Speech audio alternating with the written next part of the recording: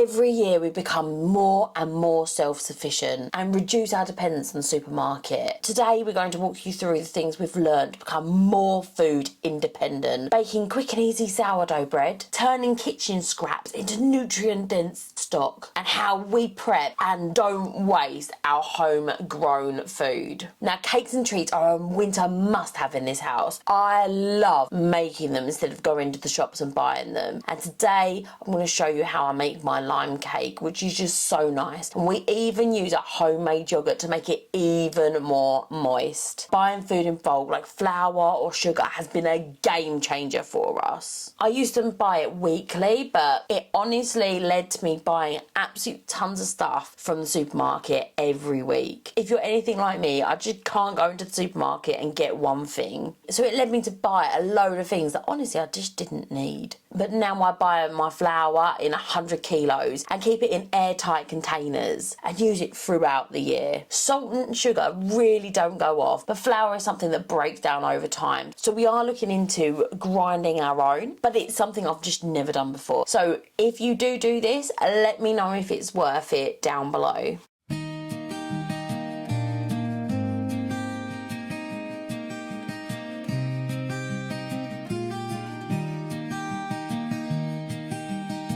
Left the noise and the neon lights, traded the rush for starry nights. Now the mornings come soft and slow, coffee steam and the roosters crow.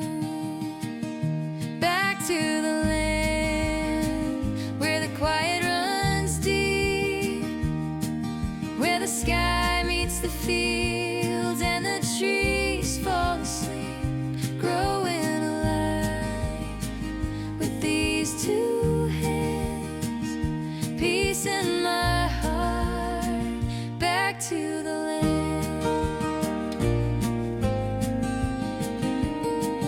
Now, on the topic of baking, we love sourdough bread, and we've been making sourdough bread for years. I used to run to the bakery and get fresh made bread, and it was so expensive, but now home baking has really put a dent in our food independence. Before I made sourdough, we made yeast bread, and honestly my daughter just wouldn't eat it. I don't know why, but it always had a real chemical taste. She basically refused to eat any bread. But saying that, she loves fresh sourdough, and that is saying something because she's a really fussy eater, which is really funny because she was such a good eater when she was little. I'm going to leave all of the recipes from today's video down below. This same day sourdough bread is amazing, and we don't even need expensive Dutch ovens to make it.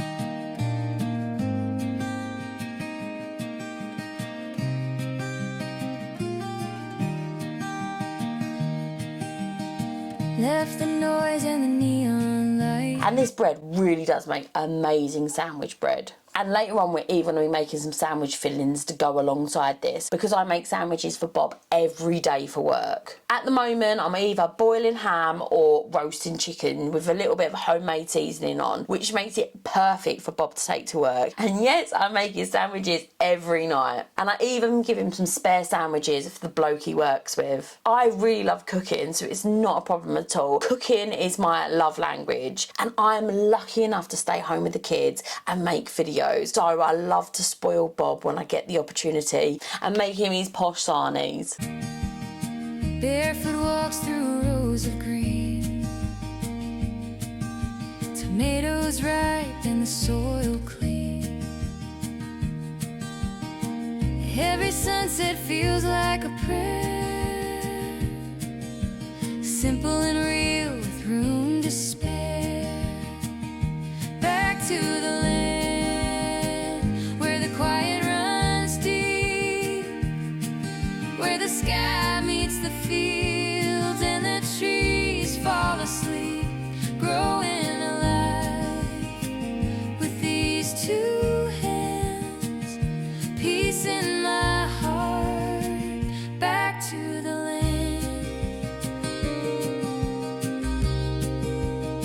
Yeah, I found my place, back to the land.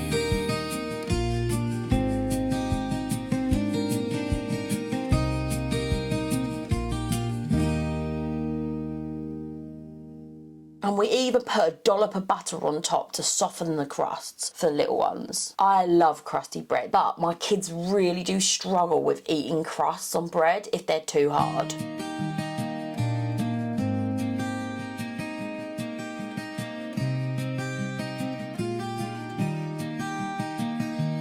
One of the biggest ways we've cut back on convenient items, and I've done a whole detailed video of how I plan my week's worth of food, and I will link that down below, but honestly, food prep has made the biggest impact for me.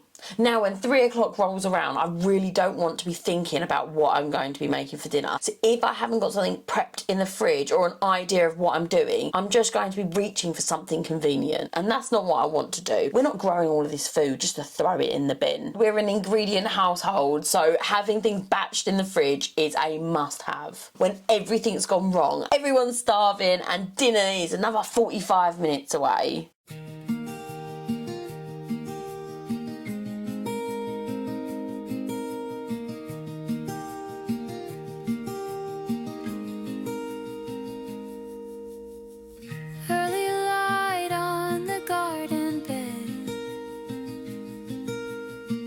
Dew still clings where the chickens tread. Coffee warms as the morning begins, with laughter rolling on the wind.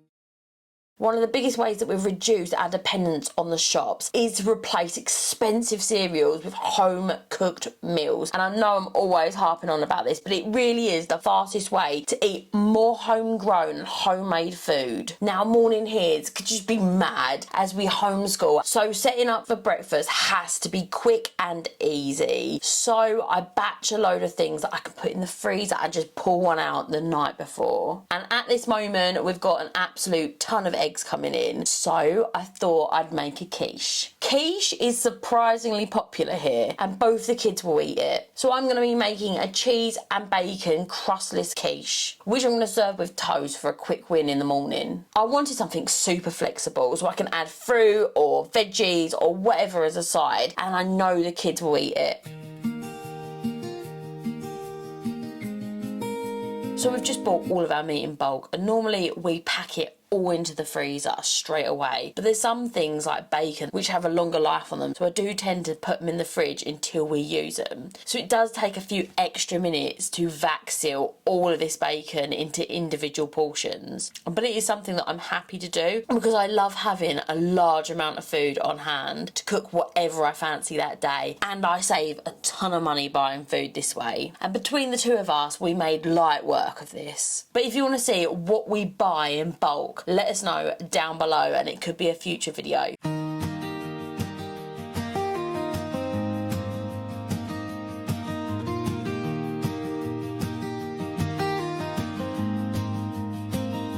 Move from the city, chasing the dream. Fields of green and a clear running stream.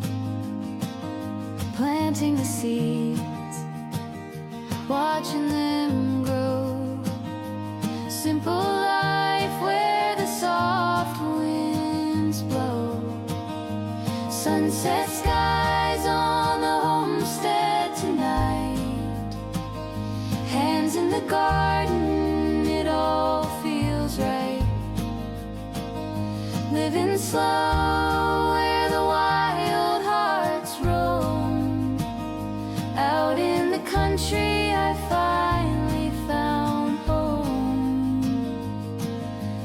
Ooh.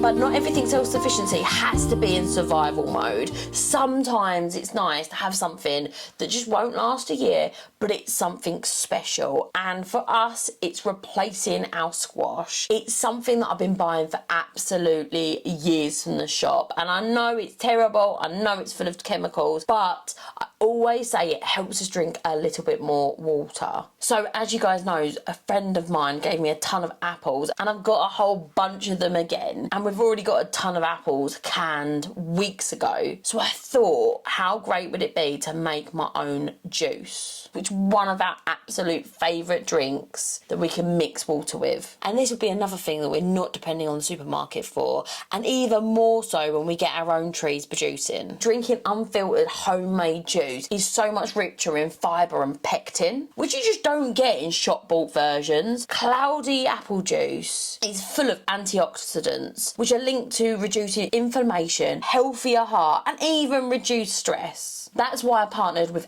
Chef, as their juice are cold pressed fruit, which preserves more vitamin C and other heat sensitive compounds. If you'd like to get yours and want to support the channel, I'll leave a link down below. Now, this is all juiced. I'm going to be putting it in the fridge for 3 to 4 days, but honestly, I don't think it's going to last that long.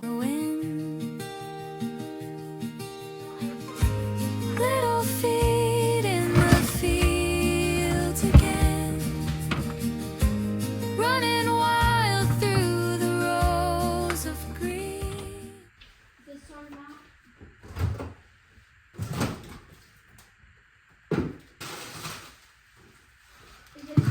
Not my hard drive.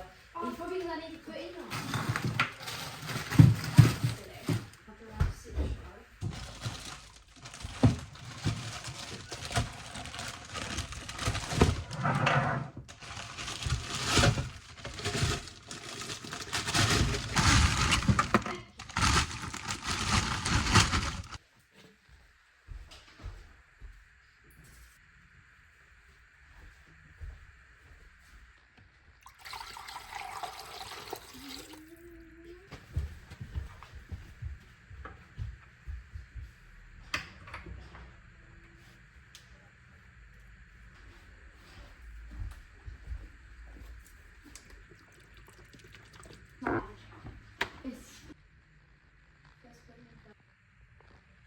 Another way we're going to save going to the supermarket, especially in winter, is making chicken stock. It's something I try to keep in the house as much as I can in the winter. It's a nutrient-dense, healing food that provides a rich source of collagen and other minerals. Perfect for joints and bones. I love having a stash of it in the freezer or the fridge for colds. Actually, nothing like chicken soup when you're feeling under the weather, but I also use it for gravy, pies. Basically, it's the foundation of all my winter warmer meals I make over the dark nights. And honestly, there's no comparison from homegrown to shop bought stock, and you can literally see the gelatin in homemade stock. When we go shopping, I buy all my meat in bulk, and we only get whole chickens, so I get to save tons of bones for broth. This is a really great skill to learn if you want to get into homesteading, and you don't need an inch of land to do it, because you're only going to be using scraps that you already have for bone broth. But it really makes a huge impact of how much you're buying when you're cooking from scratch. And cooking really is a gateway to getting into homesteading, or at least it was for me. And you could be as creative as you like making bone broth, adding onions, carrots, leeks, herbs,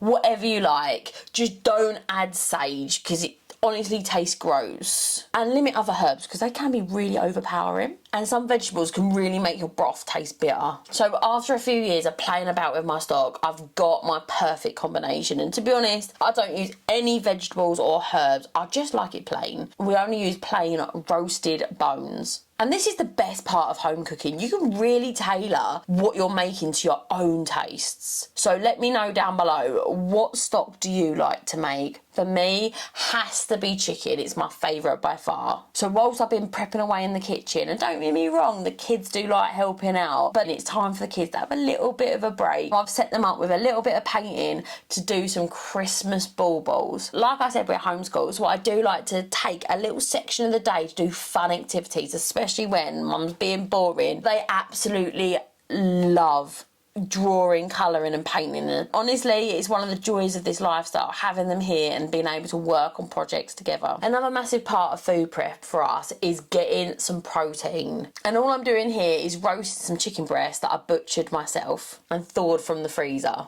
I'm going to cover it in some homemade rub, nothing fancy, just a couple of herbs and spices mixed together. But having cooked chicken ready to go is an absolute lifesaver during the week. So I can just throw it into sandwiches or onto a salad or into wraps. It's just a quick grab and go emergency dinner. Now, speaking of protein prep, I like to boil about a dozen eggs all in one go, and I keep them in the fridge. And this makes them so much easier to peel. Fresh eggs are notoriously difficult to peel because the shell just doesn't want to come off. But I find that if you rest them in the fridge, they do come off all in one piece. We've used these later in the week for lunches, quick breakfasts, and homemade Scotch eggs, which are amazing. That's just a few ways we're building our food independence one step at a time. From baking our own sourdough bread to making our own stock from scratch, juicing homegrown apples, and prepping meals that actually work for our family. It's not about everything being perfect or doing everything at once. It's all about finding what works for you and your household. And every year we're getting a little bit better than this